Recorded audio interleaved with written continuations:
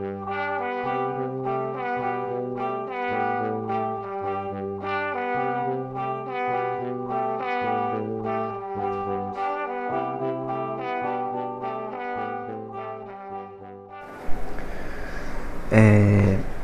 cultura material para a arqueologia, ela é o ponto fundamental, né? É o elemento primordial de estudo do arqueólogo, né? Ela é o elemento que liga a sociedade, né, um povo, às suas estruturas de pensamento, a sua cultura de forma mais ampla, né? Essa cultura material, ela pode ser um agente passivo, porque ela recebe toda uma carga de influências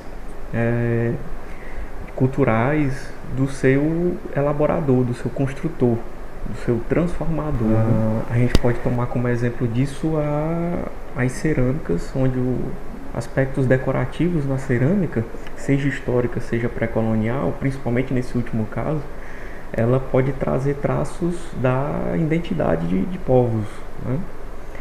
Agora, essa cultura material, ela não é só passiva, ela também pode ser um agente ativo, porque a partir do momento em que alguém idealiza e constrói essa cultura material, outras pessoas, ao ter contato com ela, podem ressignificá-la, né? E acabar transformar a função dela em outra coisa. A gente pode perceber isso, por exemplo, no caso da cultura material relacionada à arqueologia histórica, as malgas, que são umas espécies de tigelas um pouco maiores, elas com decorações geralmente florais e tal, elas elas foram construídas com a função de servir, né, alimentos, líquidos, né, sopas e tal, e acabavam depois que elas quebravam, algumas pessoas acabavam transformando esses fragmentos em pecinhas de jogos de tabuleiro. Então, quer dizer, quem as comprava pensava em utilizar de uma determinada forma, e depois que elas perdiam a serventia com aquela função de servir comida, elas eram utilizadas para outra finalidade, né? A principal diferença existem semelhanças e diferenças que a gente pode encontrar nessa cultura material do período pré-colonial e do período histórico, né? Talvez as mais marcantes sejam as diferenças, né? Mas, independente do seu tempo, a cultura material ela está ali expressando necessidades econômicas, necessidades religiosas, políticas, né? Agora, e ela também, essa cultura material, ela é ricamente influenciada por aspectos do meio ambiente, né? E os demais aspectos sociais, né? E aí é o papel do arqueólogo tentar entender esses significados e essas influências, né? É um dos maiores papéis do arqueólogo. A gente pode, assim, a grosso modo, a gente pode perceber que, assim, no período pré-colonial havia uma maior necessidade, haviam necessidades das quais elas eram supridas com uma cultura material um pouco mais grosseira. Nesse caso, inclusive, porque as matérias-primas eram utilizadas quase que de forma bruta, né? As técnicas eram bastante rudimentares para transformar essa matéria bruta em uma cultura material, né, de fato. A acessibilidade também a elas era um pouco mais complicado, né? Exigia um conhecimento de território grande. Como exemplo disso, né, essa cultura material transformada de uma matéria bruta para uma cultura material, a gente pode ver as rochas sendo transformadas em objetos líticos, né? A argila, né, que era transformada em vasilhames cerâmicos. ossos, né? Eram os próprios sepultamentos, né? Os ossos às vezes eram utilizados como ferramentas, sejam de animais, às vezes até humanos, né? A areia, né? Usada como antiplástico na cerâmica, né? Então, assim, já no período histórico, com a chegada e a introdução de ferramentas, principalmente de metal, e os novos conhecimentos a respeito de novas técnicas e a utilização de matérias-primas combinadas, resultou na fabricação de outros componentes que foram incorporados ao cotidiano e logo à cultura material. Já imaginou? Vou colocar primeiro que a cidade ela é dinâmica, certo? Ela se expande de forma dinâmica, ela cresce de forma dinâmica. É uma cidade que não para. Mas essa cidade que não para, ela se reconstrói. Seria como um palimpsesto que você escreve, depois você apaga, mas sempre vai ficar as suas marcas, os seus vestígios. Da mesma forma, acontece com a cidade. Falando especificamente de Sobral, ela pode ser contada através das suas edificações, das estruturas que são encontradas quando acontece uma escavação arqueológica, como aconteceu recentemente, também através dos objetos que se passam de geração em geração, que pertencem a determinadas famílias, dos objetos também que são levados para os museus, que são feitas doações, então esses objetos que nós podemos visitar nos museus também ajuda a contar um pouco dessa materialidade. Lógico, considerando que nem todos os objetos que vão para o museu pertencem à cidade ou a moradores da cidade. Além dos objetos pertencentes às famílias, também existem os objetos que estão nos museus, que foram feitas as doações muitas vezes por famílias locais que fazem a doação dos objetos e eles vão integrar a coleção do museu. Mas também a gente deve considerar um detalhe, que nem todos os objetos que estão no museu pertencem à cidade, ou seja, a pessoas que moram na cidade, muitas vezes são provenientes de outros locais. E é feita a doação e fica no museu. Mas que ajudam a entender um pouco sobre a sociabilidade, sobre o consumo, até mesmo sobre as relações sociais, políticas, enfim, sobre tecnologia também, isso é muito importante. Outra forma também de conhecer um pouco mais sobre a história do Sobral é através dos seus objetos móveis, que foram coletados, por exemplo, nas escavações de 2000, no caso da Casa do Capitão Mor, nas escavações de 2012 e agora, em 2020, do Centro Histórico da cidade, no caso do Centro Histórico de Sobral. Então, a partir desses objetos, é possível entender um pouco mais sobre essa história da cidade, onde ficavam localizadas as suas lixeiras, no caso as coletivas, as individuais. Na verdade, verificar onde foram feitos os aterros, para onde a cidade se expandiu. Então, vários aspectos podem ser também observados através dessa cultura material, dessa materialidade. Por mais que ela se construa, se reconstrua, por mais que elas tenham esse dinamismo todo, mas ela sempre deixa esses vestígios. E é a partir desses vestígios que é possível a gente também entender o potencial arqueológico de determinadas áreas. Como isso pode acontecer? Primeiro, através das lixeiras. Existem dois tipos de lixeira na cidade. Uma é a lixeira individual, aquela que fica no fundo do quintal, ou dependendo das condições da residência ou da vontade dos moradores. Você também pode encontrar a presença de objetos no decorrer de toda a casa. Mas, comumente, você encontra no fundo da casa, mais especificamente. E essa lixeira individual, ela pode nos fornecer dados, informações sobre as diferentes ocupações daquela residência. Quem foram os moradores, o que consumiam, o que descartavam e como descartavam. Então, tudo isso também é uma forma de se conhecer mais. Outra forma também é através da lixeira coletiva. Nesse caso, a lixeira coletiva ela vai se diferenciar da individual a partir do momento que são diferentes grupos, diferentes pessoas, diferentes indivíduos que vão descartar o seu lixo naquele local, que muitas vezes já é designado para isso, tem essa finalidade. Então você pode ter diferentes grupos sociais descartando o seu lixo naquele local.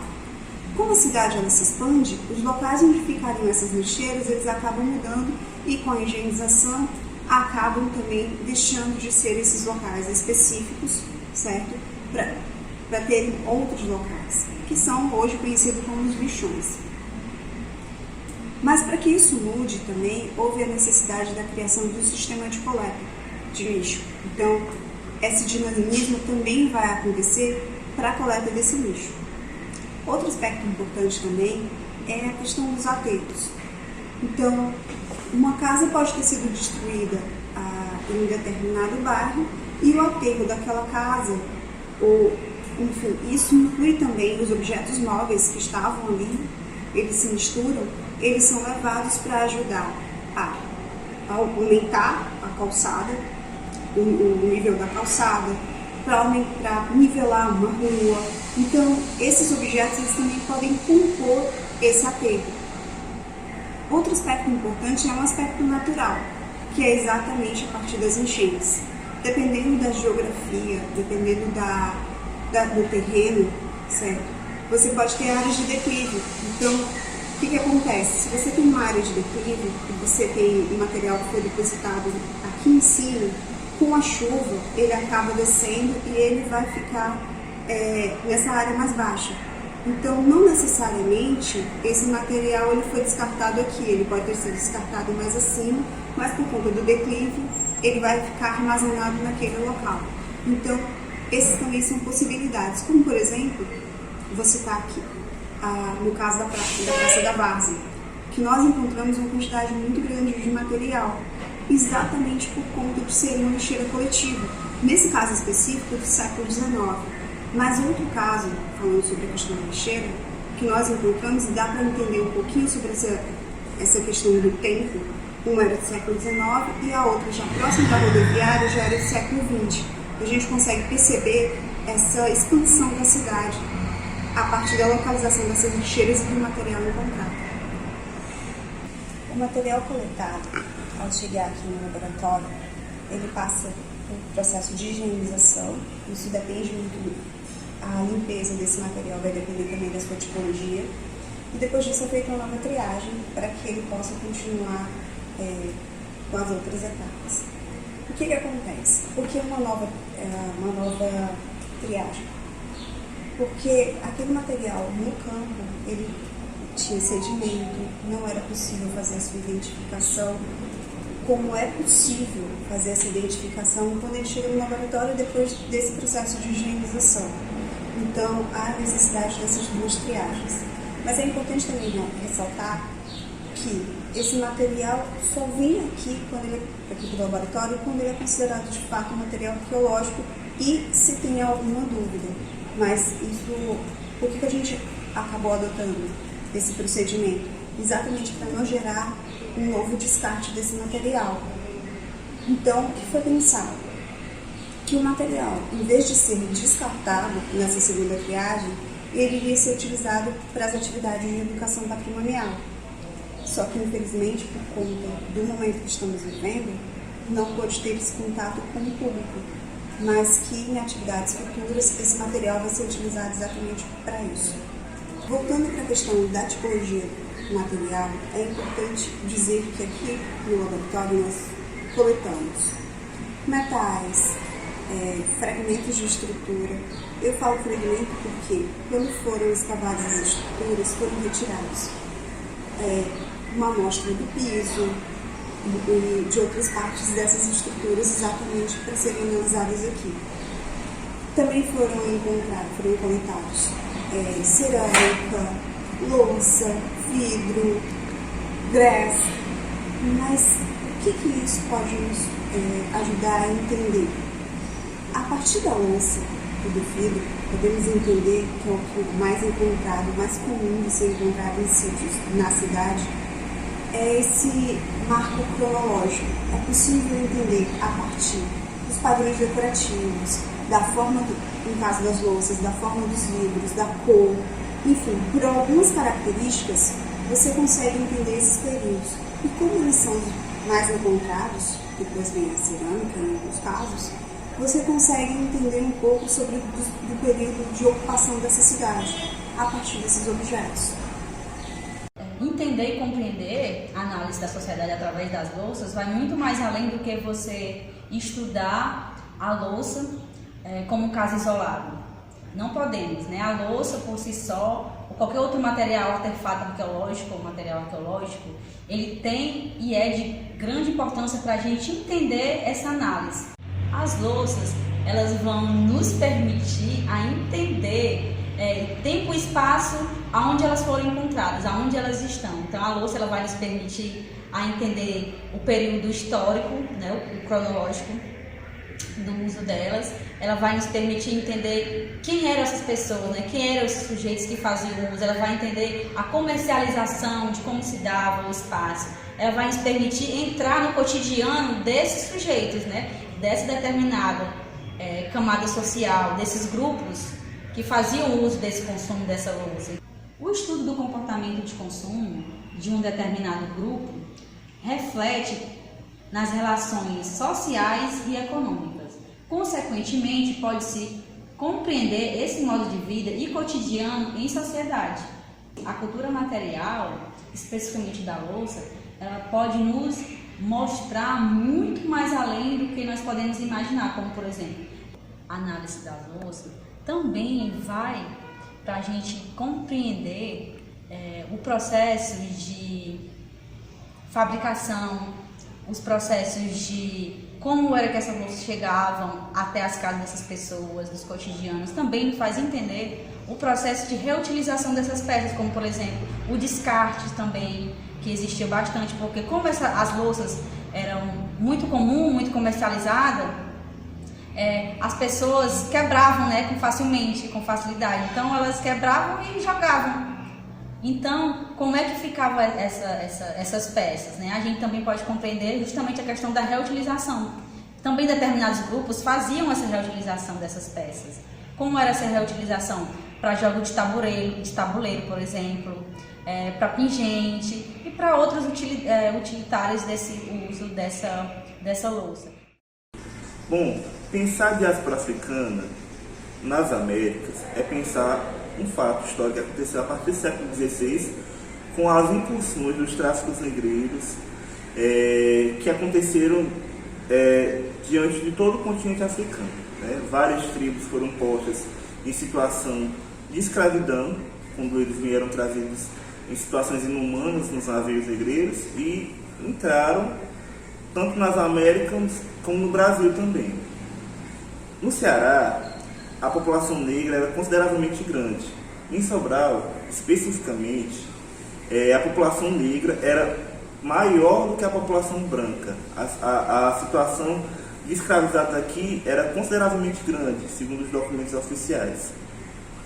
É a partir dessa pluralidade de povos que vieram para as Américas, para o Brasil e para o Ceará e para Sobral, que a gente pode observar, a partir da materialidade, uma diversidade enorme.